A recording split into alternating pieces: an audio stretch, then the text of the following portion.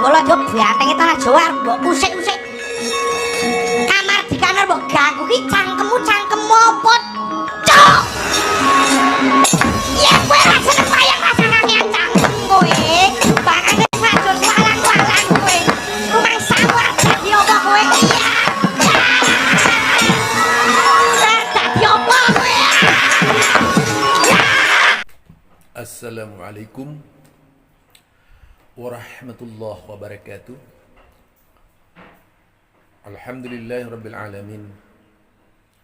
Fa inna ahsanal kalami kalamullah wa khairal huda huda Muhammad sallallahu alaihi wasallam wa syarrul umuri muhdatsatuha fa inna kulla bid'atin dalalah wa kulla dalalatin bid'ah.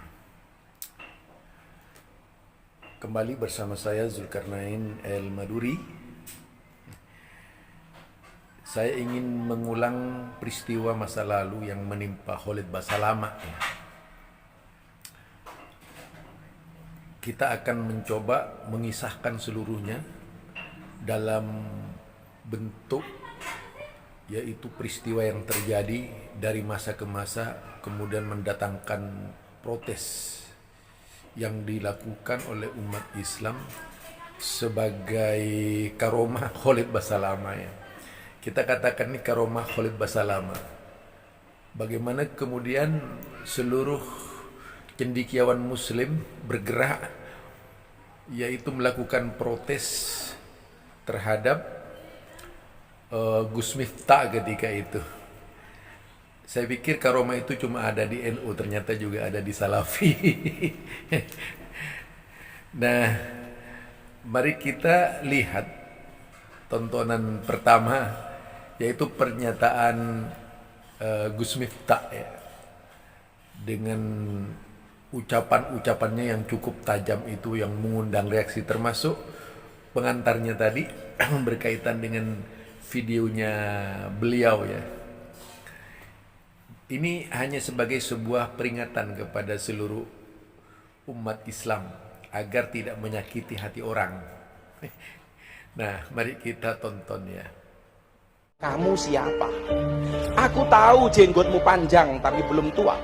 Wajar tak tahu budaya dan tak tahu tata krama. Nah, itu tadi ucapan Gus Miftah yang tidak tahu tata krama, menyebut orang lain tidak tahu tata krama, sehingga kemudian melahirkan protes, menimbulkan protes di kalangan cendekiawan muslim karena dari ucapan-ucapannya yang salah. Karena itu hati-hatilah Anda berbicara, yaitu mulutmu adalah harimaumu. Nah, mari kita dengar jawaban respon dari kalangan intelektual muslim. Dengan segala hormat, Gus Miftah videonya dan beberapa isi pagelaran wayang tersebut ya, melihat ini betul-betul terkesan sangat mengolok-olok ulama ya. Sangat miris banget gue ngelihatnya. Bahkan kenapa juga saat ini budaya Indonesia udah punya budaya baru, bukan lagi budaya musyawarah. Dikit-dikit maju ke ranah hukum, main lapor. Nggak setuju dengan pendapatnya, main lapor. Bro, hati-hati. Apapun itu saat hari itu ulama loh. Jangan sekali-kali kita hina ulama. Biasanya Gus Miftah isi-isi ceramahnya adem. Tapi ini kenapa agak begini ya? Jangan-jangan ya. Kita perlu musuh di dunia ini. Ya, menurutnya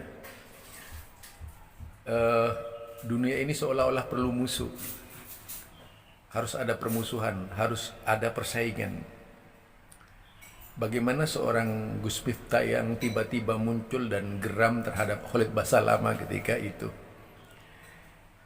Hilang yaitu akal sehatnya, yang keluar bahasa-bahasa yaitu serapah, yang tidak menunjukkan dedikasinya sebagai seorang santri. Padahal kalau dari sisi dakwahnya, katanya beliau ini banyak mengislamkan banyak orang. Tapi ketika menghadapi sesama muslimnya, sifat ruhama ubainahum itu menjadi hilang, sirna. Ya manusia kemarin baik sekarang tidak gitu. Sekarang baik besok tidak gitu. Itu manusia. Dan mudah-mudahan sifat seperti ini tidak terjadi pada kita. Nah, mari kita tonton selanjutnya perkataan dari komentar yang lainnya. Bagaimana menanggapi perkataan Gus Miftah. Yuk kita tonton. Yang menghancurkan bangsa ini bukan khilafah. Yang menghancurkan bangsa ini adalah bangsat-bangsat, munafik-munafik, penipu-penipu, penjilat-penjilat, koruptor-koruptor. Bukan khilafah. Itu perkataan Gus Nur. Juga dalam rangka menanggapi Gus Miftah ya, yang traumatik dengan khilafah. Seolah-olah kemanusiaan itu hancur karena khilafah. Ya tentu saja kalau tidak ada khilafah tidak akan ada Islam di Indonesia, karena para wali-wali yang dikirim ke Indonesia ini kan Ottoman yang mengirim. Jadi itu khilafah. Gampang jawabannya kan. Nah, ini Gus Miftah banyak kritik banget nih. Kita lihat lagi selanjutnya yuk. Tapi ketika kita tidak suka dengan kelompok mereka atau personalnya, jangan jadi mendiskreditkan jenggotnya, karena itu adalah sunnah. Langsung aja bahas kepada orangnya, ngapain sih mesti bilang kepada jenggotnya. Termasuk kepada yang berkaitan dengan puisinya saudara Miftah ini gitu. Kalau mau dimaksudkan kepada kelompok tertentu atau personal tertentu, ngapain mesti keluar bahasa-bahasa kuda lumping diganti dengan unta lumping, gamelan diganti rebana, kelapa diganti dengan pohon kurma. Ini mudah-mudahan bisa bermanfaat. Berhentilah kita nyinyir kepada Arab, karena kalau bagaimanapun sekali lagi Nabi ini orang Arab. Nabi Muhammad SAW ini orang Arab. Al-Quran menggunakan bahasa Arab, dan kelak penghuni surga menggunakan bahasa Arab. Itulah protes yang disampaikan atau dilontarkan oleh seorang cendekiawan muslim ya.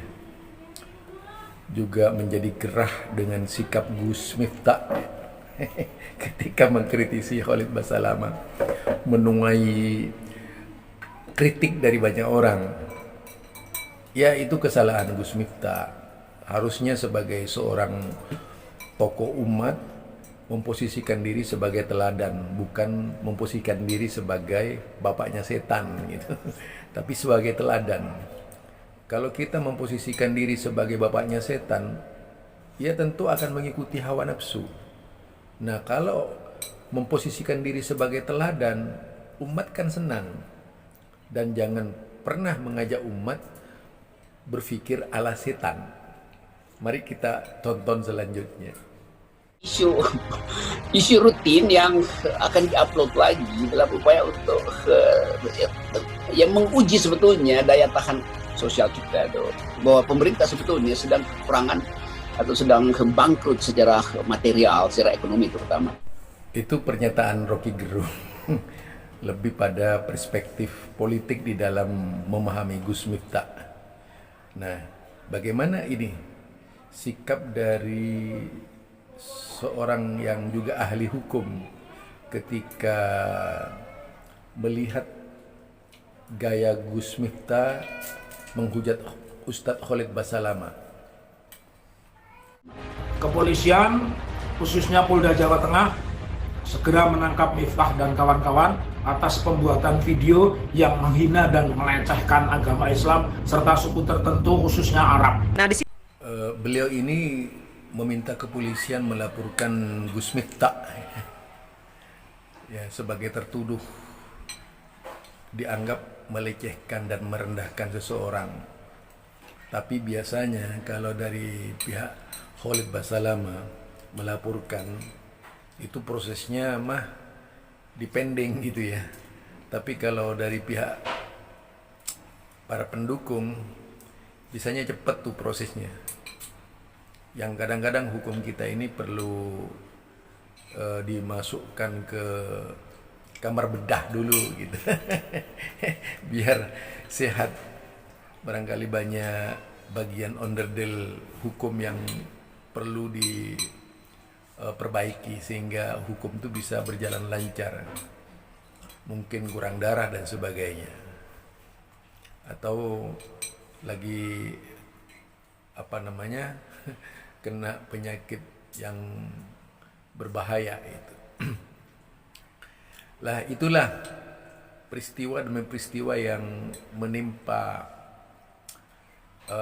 Khalid Basalamah ternyata menuai karomah yang luar biasa. Banyak dari saudara-saudaranya yang tidak bisa menerima dengan sikap Gus Miftah. Itu karomah beneran tuh. Jadi bukan hanya orang NU saja yang dapat karomah. Ternyata seorang Wahabi itu bisa mendapatkan karomah. Satu contoh ya Khalid Basalamah menuai karomah. Banyak sebenarnya kalau saya mau muat tuh terlalu banyak bantahan-bantahan yang dilakukan oleh kalangan ahli hukum terhadap sikap Gus Miftah ketika itu. Nah, mari kita dengar selanjutnya. Di sini pemilik akun daripada Umar Hasibuan 777 menulis komentarnya, apa yang dilakukan Miftah ini sangat norak. Mestinya kalau dia benar-benar berilmu, ajaklah Ustadz Khalid berdebat. Bukan begini caranya. Miftah hanya cari sensasi saja. Itu salah satu sikap yang ditunjukkan oleh komentator, bahwa sikap Gus Miftah ini norak atau mencari sensasi saja, ingin lebih dikenal gitu ya, seolah-olah pahlawan ya, seolah-olah pahlawan, seolah-olah mewakili umat Islam. Nggak taunya banyak umat Islam yang protes dengan sikap Gus Miftah. Ini tentu saja bisa menjadi parameter bagi kita sekalian untuk tidak mudah menyakiti orang. Perlu menggunakan bahasa-bahasa layin, kaulan layin. Jadi kaulan layinan, yaitu bahasa lemah lembut. Kepada Fir'aun saja itu oleh Allah dituntut untuk kaulan layinan, apalagi sama muslim. Ya, janganlah kita lebih daripada orang-orang yang melampaui batas di dalam bereaksi kepada orang lain.